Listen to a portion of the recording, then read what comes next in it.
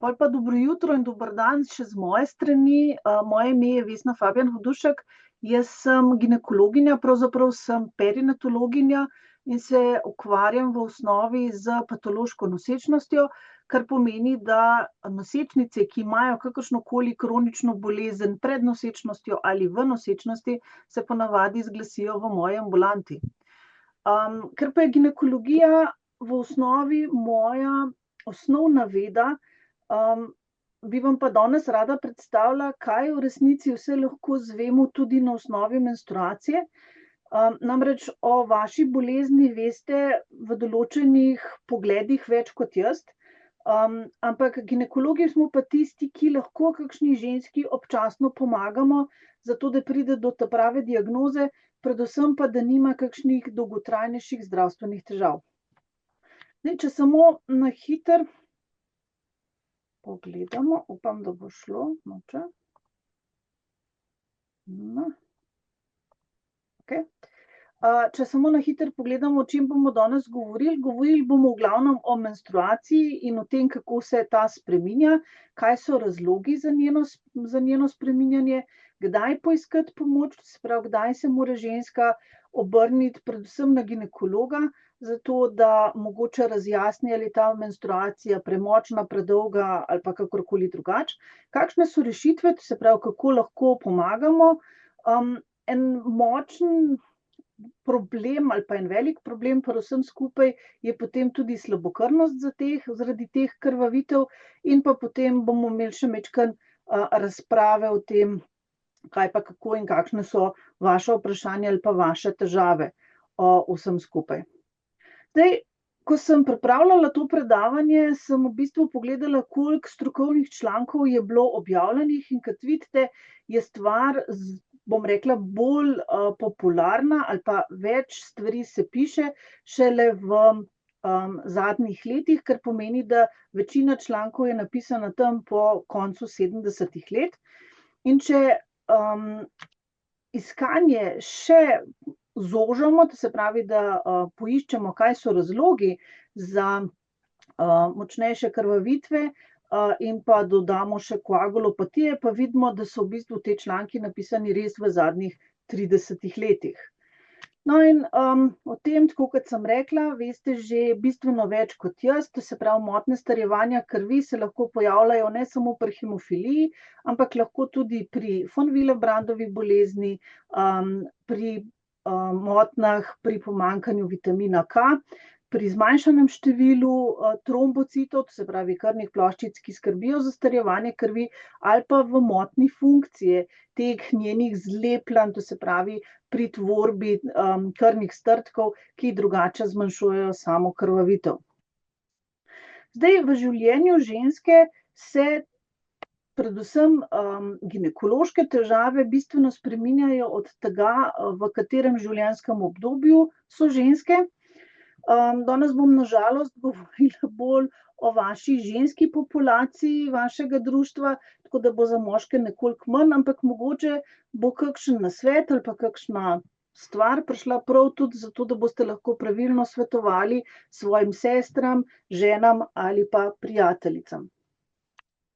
Zdaj, motnje starjevanja krvi v otroštvu so dejansko pri obeh spolih enake in navadno starši ali pa sami otroci ugotovijo, da se te krvavitve pojavljajo predvsem pri kakšnih poškodbah, potem ko začnejo izpadati mlečni zobje ali pa pri kakšnih padcih, bolj pogoste so modrice in krvavitve v nosu, in o tem ne bom kaj prav dosti veliko govorila in v resnici v Sloveniji, ko sem šla gledati podatke, večino teh bolj izraženih motenj starjevanja krvi odkrijemo že zelo zgodaj v otroštvu. Zdaj, ko se odkrije neka taka motnja, se ponavadi pri teh otrocih speljejo genetske preiskave, kar pomeni, da se mu odvzame kri in potem lahko najde tudi določen gen, ki je odgovoren za to, da se ta motnja starjevanja krvi lahko tudi pojavlja. Pogostokrat se take motnje lahko najdejo tudi v družinah, to se pravi, ko se testira stare starše in se potem potestira celotno družino za prisotnost določenega gena in včasih se pri otrocih dokažejo te motnje, še preden so sploh klinično izražene, to se pravi, preden imajo ti otroci kakršnekoli težave. Tukaj pridemo pa v igro ginekologi, to se pravi, ko se pričnejo redne mesečne krvavitve, se pravi menstruacije, prvi krvavitvi rečemo menarha in se začne z samo puberteto. Prve 2 leti je menstruacija značilno zelo neredna, kar pomeni, da te deklice imajo lahko menstruacije ali na zelo kratek čas, to se pravi vsake 14 dni, bolj pogosto pa se pojavljajo lahko na bistveno daljši čas, kar pomeni, da so lahko menstruacije vsake 3 mesece, vsake pol leta, včasih lahko samo enkrat na leto, pa ni zaradi tega nič narobe.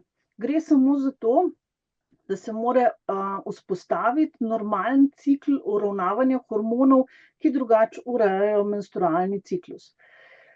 Iz istega razloga so te menstruacije lahko tudi različno močne, kar pomeni, da če ima deklica menstruacije bolj na redko, so ponavadi takrat, ko se pojavijo, bistveno močnejše.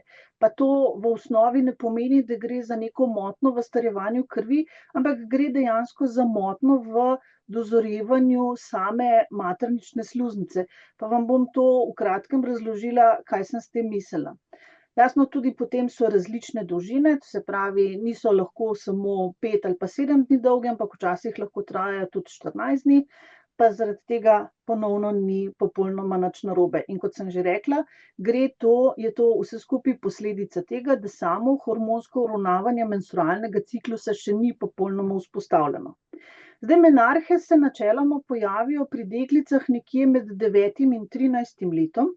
Če se ne pojavijo do 16. leta starosti, potem je treba raziskati, kakšen je razlog zadaj. Se pravi, ali gre na primer za odsotnost nožnice, za odsotnost maternice ali pa za odsotnost določenih hormonov, ki potem sprožajo samo menstruacijo, ampak o tem danes ne bi govorili. Zdaj, zato, da bo vse skupaj majčkeno bolj jasno, bom na hitro razložila, zakaj gre pri menstrualnem ciklusu. V resnici imamo tukaj 2 organa, ki morata delovati ves čas sinhrono, to se pravi, je delovanje enega nujno povezano z drugim, zato da se stvari normalno odvijajo pri obeh. Se pravi, na začetku, če začnemo z prvim dnem menstrualne krvavitve, se v enem od jajčnikov zbudi ena jajčna celica. Namreč za razliko od moških se jajčne celice do polovice pri ženskah razvijajo, ko smo mi še v maternici, to se pravi, ko smo še zarodki in še nismo rojeni, in potem te jajčne celice na polovici do končnega zorenja v resnici zaspijo v neko zimsko spanje in potem se zadnji del zorenja izvede vsak mesec ob samem menstrualnem ciklusu. Se pravi, ko se zbudi ta jajčna celica, se potem v prvih 14 dneh izvede ta dokončna dozoritev, zato začne pri ženski naraščati hormon estrogen, se pravi, to je ta najbolj značilen ženski hormon, in ko je jajčna celica popolnoma zrela, ta jajčna celica potem poči, se pravi, ta folikelček poči, se dozorjena jajčna celica sprosti, jo ujame jajcevod in potem potuje naslednjih 10 do 14 dni po jajcevodu do maternice, zato da eventualno lahko v jajcevodu pride do oploditve in s tem do nosečnosti. Po tistem, ko se jajčna celica sprosti, pride do padca estrogena in do naraščanja hormona progesterona, katerega namen pa je v resnici spreminjanje in dozorevanje maternične sluznice.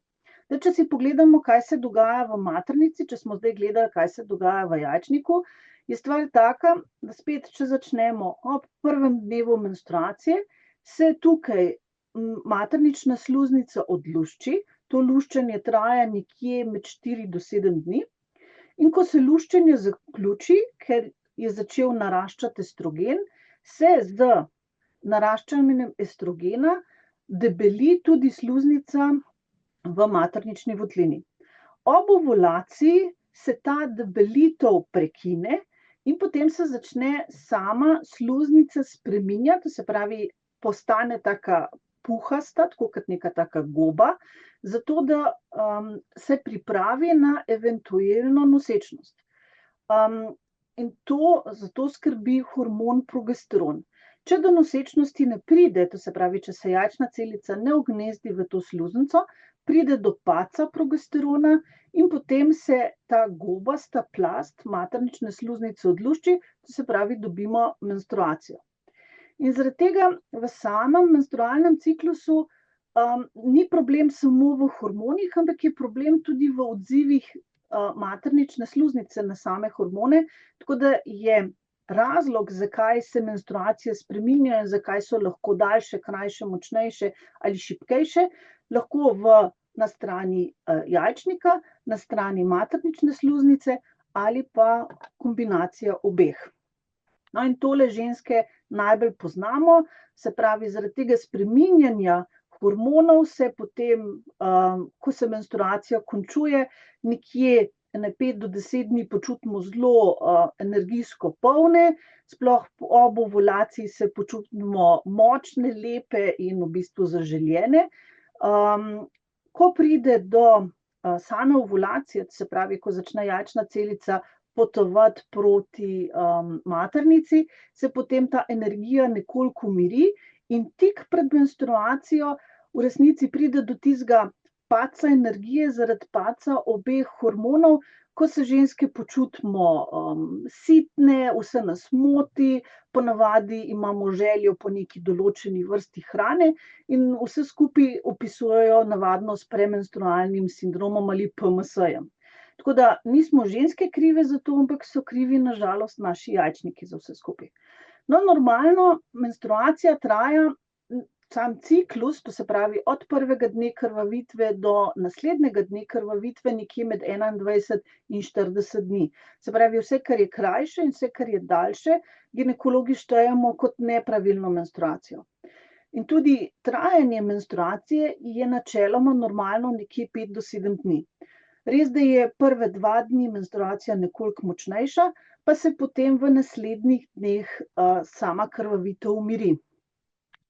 Kako pa vemo, kaj so prepogoste ali pa premočne menstruacije? Predvsem se morate ženske vprašati, in pa tudi naloga nas ginekologov je, da vas povprašamo, koliko vložkov porabite na eno menstruacijo.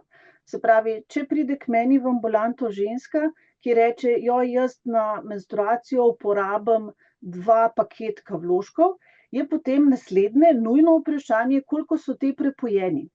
Namreč, predvsem jaz vidim pri mlajših dekletih, ko jih ti vložki motijo, jih moti tudi to, da je vložek nekoliko, bom rekla, že prepojen, da je moker, da se počutijo nečisto in potem relativno hitro menjavajo vložke, kljub temu, da vložek ni prepojen. Se pravi, če je vložek zamenjan vsake 2 ure, zaradi tega, ker se ona počuti slabo, to še ne pomeni, da je menstruacija premočna. Naslednje vprašanje je, koliko časa traja ta močna menstruacija. Kot sem rekla, načeloma bi se morala umiriti po prvih 2 dneh. Če je ta močna menstruacija, ko je treba zaradi prepojenih vložkov vložke menjavati čezmeraj vsake 3 ure, potem to pomeni, da ta močna menstruacija traja predolgo. In potem tudi, kako pogosto se pojavlja menstruacija. Predvsem so težave pri zelo pogostih menstruacijah, ko v resnici ženska komaj zaključi eno menstruacijo, pa se potem pojavi ponovna menstruacija. Tudi to je motnja menstrualnega ciklusa, ki jo je treba raziskati. No in kaj je preveč? Tako da včasih me predvsem dekleta vprašajo, koliko pa jaz te krvi izgubim med samo menstruacijo.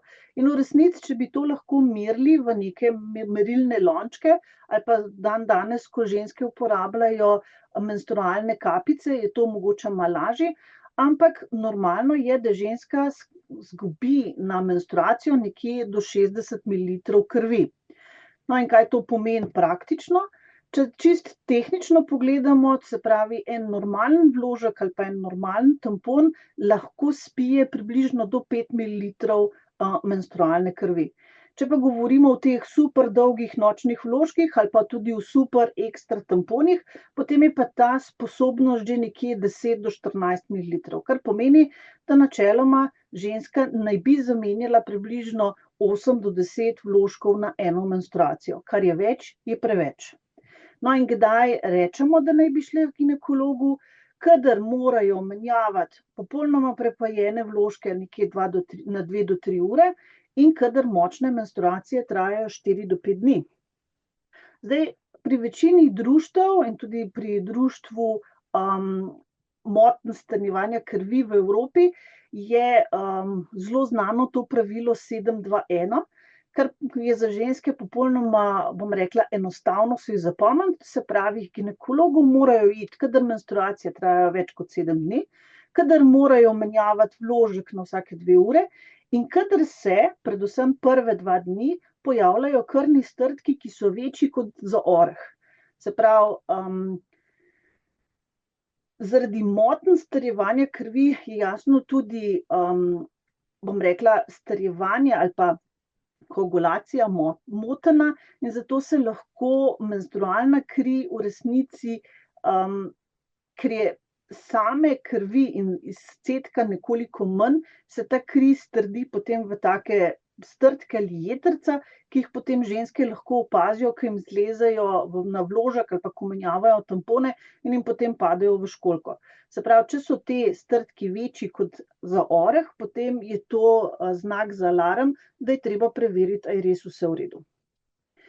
Zdaj, kaj pa so z našega vidika, to se pravi z ginekološkega vidika, razlogi za prepogoste, premočne menstruacije? Lahko so motnje strjevanja krvi, ampak te so odgovorne samo za 3 do 5% prepogostih in premočnih menstruacij. Lahko, kar je najbolj pogosto, gre za motnje menstrualnega ciklusa, se pravi, gre za motnje hormonov. Kot smo že rekli, lahko je to v začetku, se pravi na začetku pubertete, bolj pogosto se s tem ginekologi srečujemo v perimenopavzi ali pa na primer pri sindromu policističnih ovarjev, ki ga ima v Sloveniji približno 15 do 20% žensk. Lahko so razlog tudi miomi, predvsem tisti miomi, ki ležijo pod maternično sluznico, to se pravi, ki rastejo na notranjo stran maternice. Lahko je razlog tudi adenomioza, to je bolezen, pri kateri se sluznica začne obnašati nepravilno in začne rasti v samo mišično steno maternice. Lahko so razlog polipi materničnega telesa, to se pravi, to so predvsem nepravilno odluščeni deli maternične sluznice, ki potem ostanejo noter v maternični votlini in jasno spet povzročajo močnejše menstruacije. Lahko je razlog nosečnost z vsemi njenimi zapleti in pa ponovno nekje okrog 5% so lahko razlog za močnejše krvavitve tudi različna rakasta obolenja, predvsem rak maternične sluznice. Zdaj, kakšna je obravnava teh žensk? V večini primerov, ker smo videli, da gre za motnjo v samem izločanju hormonov in s tem regulacije delovanja jajčnikov in delovanja ali pa zorenja maternične sluznice, je v prvi vrsti najbolj ustrezna hormonska terapija. Ker gre za večinoma mlade ženske, se zaradi tega odločamo za kombinirano kontracepcijo, nekoliko manj se odločamo za progestagensko kontracepcijo in v zelo redkih primerih se odločamo za v bistvu blokatorje delovanja jajčnikov, ki pa vplivajo na samo hipofizo, to se pravi na organ v sami možganovini, ki izloča prekurzorje samih spolnih hormonov. Druga reč, ki se lahko zgodi ali pa s katero lahko ukrepamo, so jasno operacije, predvsem kadar je treba odstranjevati polipe, kadar je treba odstranjevati miome. To lahko naredimo z laparoskopijo, to se pravi z operacijo, kjer gremo z inštrumenti čez popek in potem čez samo trebušno steno, ali pa s histeroskopijo, kjer se v resnici vsi inštrumenti uvedejo skozi maternični vrat in je to za žensko bistveno lažje, zaradi tega, ker je okrevanje zelo, zelo kratko. Lahko na samo sluznico vplivamo tudi z tako imenovanimi toplotnimi ablacijami, to se pravi, to so operacije, pri kateri s posebnimi balonskimi katetri v resnici skuhamo tisto sluznico, zato da jo potem lahko lažje odluščimo. Zdaj, če iz različnih razlogov ne moremo uporabiti hormonske terapije pri hormonskem neravnovesju in če stvar ni operabilna, se pravi, da ne rabimo za njeno razrešitev operacije, se pa lahko poslužujemo tudi tranegzamične kisline, ki vpliva na samo strjevanje krvi. Tako da potem v prvih dneh, ko je menstruacija močnejša, ženske jemljejo tranegzamično kislino v obliki tabletk in s tem zmanjšajo samo krvavito ob sami menstruaciji. Lahko pa jasno uporabljamo tudi različne nefarmakološke ukrepe, tu se predvsem poslužujemo pri sindromu policističnih ovarjev, kjer ni problem samo v hormonskem neravnovesju, ampak gre tudi tukaj za kompleten metabolen sindrom, kjer je problem ne samo spolni hormoni, ampak tudi inzulin in se potem občasno pokaže, da lahko menstruacijo lahko že popolnoma normalno umirimo s tem, da poskrbimo za normalne vrednosti krvnega sladkorja. No, ampak večinoma, ko jaz začnem govoriti o hormonski terapiji, ženske zastrižejo z ušesi in rečejo, joj, hormoni so pa za mene škodljivi. Zdaj, če moramo samo menstruacijo umirjati z hormonsko terapijo, se moramo zavedati, da v bistvu ali za kombinirano kontracepcijo, se pravi, to so tabletke, v katerih je kombinacija estrogenov in progestagenov, ali samo s progestagensko kontracepcijo naredimo to, da v resnici jajčnike zaspimo, zaradi tega, ker od odzunaj, se pravi, s tem, kot ženska tabletko poje, dodajamo hormone, ki jih drugače izločajo jajčniki. Zdaj, tole je mogoče majčkeno majhna slika, ampak če smo prej od začetka rekli, da je nivo estrogena v prvi polovici visok, pa potem v drugi polovici ciklusa nizek, in da je nivo progestagena v prvi polovici nizek in v drugi polovici visok, mi z kontracepcijskimi tabletkami ne naredimo nič drugega, kot da je nivo teh dveh hormonov tekom celega menstrualnega ciklusa enak. To se pravi, ni teh naraščanj in ni teh padanj. In v večini primerov je ta nivo bistveno manjši, kot pa je v okviru naravnega ciklusa. Naslednje vprašanje, ki ga ženske takoj postavljajo, pa rečejo, ja, ampak kontracepcija je pa povezana z višjim ali pa z večjo možnostjo tvorjenja krvnih strdkov. No, in zdaj to je v resnici res, zaradi tega, ker je vsaj od začetka nivo estrogena nekoliko višji, kot je potem naravno v samem naravnem ciklusu, ampak če bi lahko rekli, da je tveganje za trombozo, to se pravi za tvorbo krvnih strdkov pri zdravem človeku 1, potem je pri ženskah, ki uporabljajo kontracepcijo 3 in pri ženskah, ki so noseče, nekje med 30 in 35. Se pravi, če bi upoštevali to kot neko tveganje, potem v resnici bi tudi morali ženskam odsvetovati, da so noseče, ker je to pač strašno tveganje za to, da lahko pride do tvorbe krvnih strdkov. No in še čisto na hitro, v bistvu, tako kot sem rekla, antagonisti, se pravi blokatorji delovanja hipofize, v resnici zablokirajo delovanje same hipofize, zaradi tega ni prekurzorjev za spolne hormone, zaradi tega ni stimulacije jajčnika in v resnici damo z temi zdravili žensko v eno vrste prezgodnje menopavze. Jasno, ta prezgodnja menopavza, takoj ko one nehajo jemati zdravila, se takoj povrne normalen ciklus, ampak občasno, če pač teh krvavitev in teh težav ne moremo umirjati drugače, se poslužujemo tudi take vrste zdravil. No in kaj naredimo ginekologi, ko pride k nam ženska in ugotovimo, da ima res mogoče pregoste, premočne, predolge menstruacije? Jasno, naredimo ginekološko preiskavo in ginekološki ultrazvok male medenice, kjer izključimo nosečnost, kjer izključimo miome, to se pravi, to so te rašče nepravilne rašče mišic v sami steni maternice, izključimo nepravilno raščo maternične sluznice, različne ciste jajčnikov, ki lahko vplivajo na samo delovanje jajčnika ali polip materničnega telesa.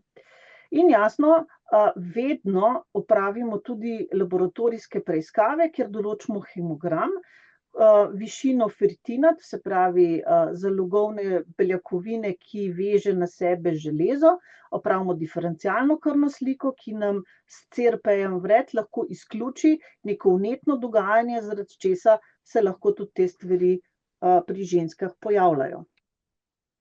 In če pridejo vsi ti izvidi nazaj negativni, je potem naslednja stopnja, ki bi jo moral ginekolog narediti, teste hemostaze. To se pravi, če smo izključili vse fiziološke vzroke, če smo izključili, da ne gre za nobeno vnetje ali pa za kakšno drugo motnjo, potem je v resnici treba iskati motnjo v strjevanju krvi. In če jo dokažemo ali pa če vseeno postavimo sum na njo, je potem naslednja stopnja jasno napotitev take ženske k hematologu.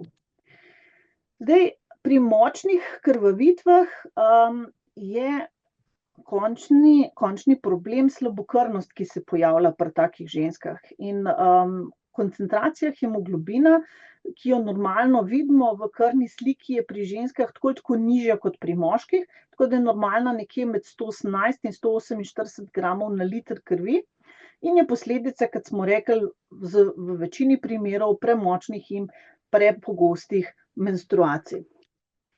Zdaj, sami znaki so predvsem hitra utrdljivost, hitro bitje srca, zelo težko grejo po stopnicah, ker se hitro zadihajo, šumi jim v ušesih, zelo pogosto se pritožujejo nad zaspanostjo, oteženo koncentracijo, lahko so tudi težave z prebavo, predvsem z zaprtjem.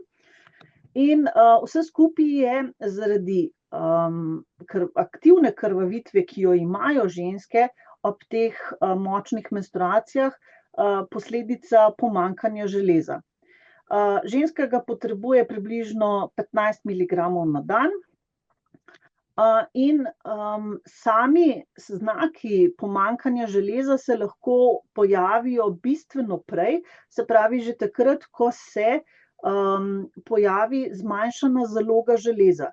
Se pravi, če bi v laboratoriju pogledali samo hemogram, to se pravi samo količino vezanega železa v hemoglobinu, lahko v resnici že ob normalni vrednosti hemoglobina ugotovimo, da gre za pomanjkanje železa in pomanjkanje zaloge.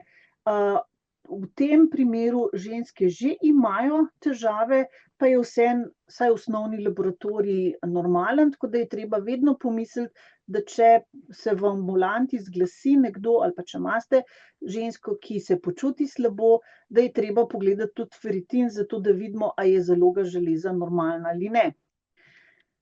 Naslednja velika skupina, kjer se lahko pojavljajo krvavitve, ki so lahko ogrožajoče za ženske, pa je nosečnost. Se pravi, predvsem spontani splavi, kjer se lahko pojavijo dolge, močne krvavitve zaradi, bom rekla, nepopolnega splava, potem pri nizko ležeči posteljici, kjer se potem lahko zaradi same lege posteljice pojavlja krvavitev že v sami nosečnosti, potem je predčasen odstop pravilno ležeče posteljice, ki je problem predvsem pri porodu, ker se posteljica odlušči, preden se porodi otroček in imamo potem zaradi tega lahko močne težave. In pa največja skupina ali pa najbolj pogosta krvavitev v nosečnosti pa so poporodne krvavitve ali v prvih 24 urah po porodu ali pa potem lahko tudi 12 tednov po porodu. Na te smo zelo pozorni, zaradi tega, ker v tem času so porodnice še pri nas v porodnem bloku. Bolj problematične so te pozne krvavitve, ko grejo ženske domov in včasih sploh ne prepoznajo, da je v resnici ta čišča, to se pravi ta krvavitev po porodu, nekoliko premočna za njih in da gre tukaj lahko za eno težavo.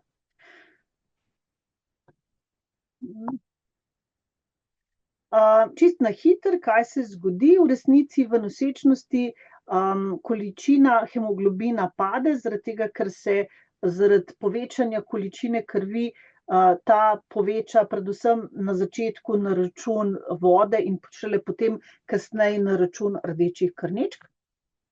No, in zato je treba pri nosečnicah vedno preveriti tudi sam nivo feritina in ne samo vrednost hemoglobina. Zdaj, zapleti zaradi slabokrvnosti v nosečnosti, zaradi raznih stvari, niso samo na materini strani, ampak se pojavijo lahko tudi problemi pri otroku, predvsem vidimo ultrazvočno manj plodovnice. Otroček ima drugačen srčni utrip, zaradi tega, ker je pač preskrba njegovih možganov s kisikom motena. Poveča se tveganje za prezgoden porod ali pa za spontane splave, ti otroci slabše rastejo in pa bolj pogosto se pojavlja znotraj maternična smrt teh plodov. In pa jasno, te ženske imajo ponavadi zaradi tega, ker imajo neko motnjo krvi ali pa neko motnjo v strjevanju krvi, večjo možnost krvavitev po porodu.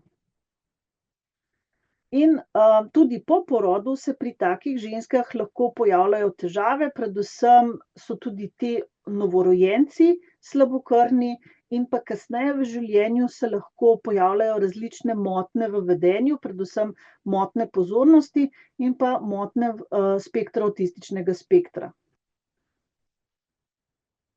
Pri poporodnih krvavitvah se v glavnem orientiramo na pravilo 4 T-jev, to se pravi, pogledamo, a se je maternica dovolj skrčila, zato da stisne te žile, da se lahko začnejo tvoriti krvni strdki, ki preprečijo potem nadaljnje krvavitve iz teh žil, ali je slučajno zaostal del posteljice, pa ga je treba potem odstraniti, a so se pojavile kakšne raztrganine v poteku same porodne poti in pa jasno, če prej nismo vedeli, je treba pri nekontrolirani ali pa podaljšani krvavitvi posumiti na to, da gre tukaj za eno motnjo strjevanja krvi. No in kasneje so jasno razlogi približno enaki, s tem, da se zaradi, bom rekla, nepravilnega celjenja ležišča posteljice pojavi lahko tudi placentarni polip, ki ga je treba potem operativno odstraniti, ampak predvsem pri podaljšanih krvavitvah je treba pomisliti tudi na to, da gre za neko motnjo strjevanja krvi, ki pač pri ženskah podaljšuje to poporodno krvavitev.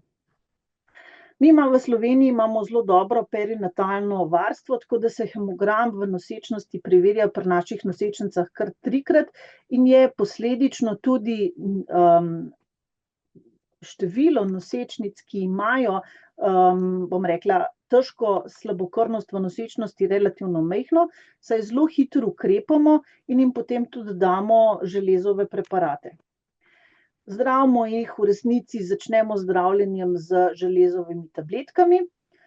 Če to zdravljenje ni uspešno, potem pa lahko nadaljujemo z ostalimi oblikami zdravljenja. No, zdaj, če se dotaknemo še perimenopavze. V perimenopavzi gre za to, da v resnici te visoke vrednosti ženskih hormonov, ki drugače regulirajo sam menstrualni ciklus, začnejo upadati in v resnici v večini ne upadajo linearno, ampak majčkeno nihajo. Kar pomeni, da so lahko menstruacije od tega, da so normalne, do tega, da so bolj pogoste ali pa da so ciklusi bolj na redko, do tega, da so lahko daljše, krajše in tako naprej. Se pravi, v večini primerov v perimenopavzi imamo težave zaradi tega, ker so te nihanja hormonov zelo ekstremna. In v večini primerov, se pravi v več kot 95%, gre tle za nek hormonski vzrok, vendar pa je treba še vedno obvezno izključiti, da ne gre tle za neko drugo reč, to se pravi za kakšne polipe, miome, ciste ali celo raka na rodilih. V menopavzi pa potem pride do tega, da se hormoni popolnoma umirijo, se pravi so nizke vrednosti, zaradi tega se tudi stanjša sluznica na rodilih, izginejo redne menstrualne krvavitve, Tako da je potem razlog za krvavitev v tem času navadno to, da ker je sluznica tanka in zelo občutljiva, se lahko včasih pojavijo celo kakšne rance zaradi nošnje spodnjega perila ali pa recimo, če gre ženska na kakšen dolg sprehod ali pa na pohod, na kakšen izlet v hribe, potem pa, ko pride nazaj, vidi na spodnjem perilu, da je v resnici prišlo do ene manjše krvavitve in ta je posledica navadno te suhe, tanke sluznice, ki je zelo podvržena temu, da lahko pride pri njej do poškodbe. Vedno pa je treba pomisliti pri kakršnikoli krvavitvi v menopavzi, da gre lahko tudi za rakaste spremembe ali na materničnem vratu ali na maternični sluznici, tako da je treba v takem primeru nujno opraviti ginekološki pregled, zato da se izključi kakršnakoli rakasta rašča. No, kot smo že rekli, začnemo zdravljenje slabokrvnosti po navadi s tabletkami, ki jih jemljemo na vsake 24 ali 48 ur. In nadaljujemo z njimi še 3 mesece po izboljšanju anemije, se pravi, ko že ugotovimo, da se je hemoglobin popolnoma popravil, zaradi tega, ker je treba napolniti vse zaloge železa, ki jih ženska potrebuje v telesu. In najbolj pomembno, kar se moramo vsi zavedati, je to, da ko enkrat v laboratoriju ugotovimo pomanjkanje ali pa znižane vrednosti hemoglobina, to pomeni, da so zaloge železa zelo izpraznjene, kot sem vam prej povedala, se dejansko zaloge železa izpraznjujejo prej, kot mi vidimo v laboratoriju padec hemoglobina. In zato v takem primeru ne moremo te slabokrvnosti popraviti več z različnimi dietami ali pa z različno prehrano, ampak jo moramo v resnici zdraviti z zdravili. In če samo zdravljenje z tabletkami ni uspešno, kar pomeni, da nekje v prvih 14 dneh ne pride do poraščanja hemoglobina, je potrebno razmišljati o tem, da je treba spremeniti samo zdravljenje, se pravi, sama tabletke niso več zadostne, tako da je treba preveriti, ali je ta pacient te tabletke sploh jemal in ali jih je jemal tako, kot smo napisali, in če je to vse v redu, potem je treba začeti razmišljati o tem, da je treba železo dodajati v obliki infuzij. Večinoma se za infuzijo odločamo, kadar je vrednost hemoglobina nižja od 100 gramov na liter, zaradi tega, ker je to za človeka že v resnici nekoliko ogrožajoče. Lahko pa se jasno, glede na težave, ki jih ima, odločamo tudi prej. In večinoma se odločimo za enkraten odmerek, ki ga pa lahko tudi ponovimo. Zdaj, v skrajnem primeru pa se zdravi anemijo tudi z transfuzijami, predvsem takrat, kadar je vrednost hemoglobina pod 70 gramov na liter. No, čisto na kratko še, v bistvu edina strokovna stališča, ki jih imamo v Sloveniji, so za zdravljenje nosečnic, za zdravljenje žensk, ki imajo močne menstruacije, ali pa na splošno populacije Slovencev, jih na žalost nimamo. Ampak bom rekla, nekje je treba začeti.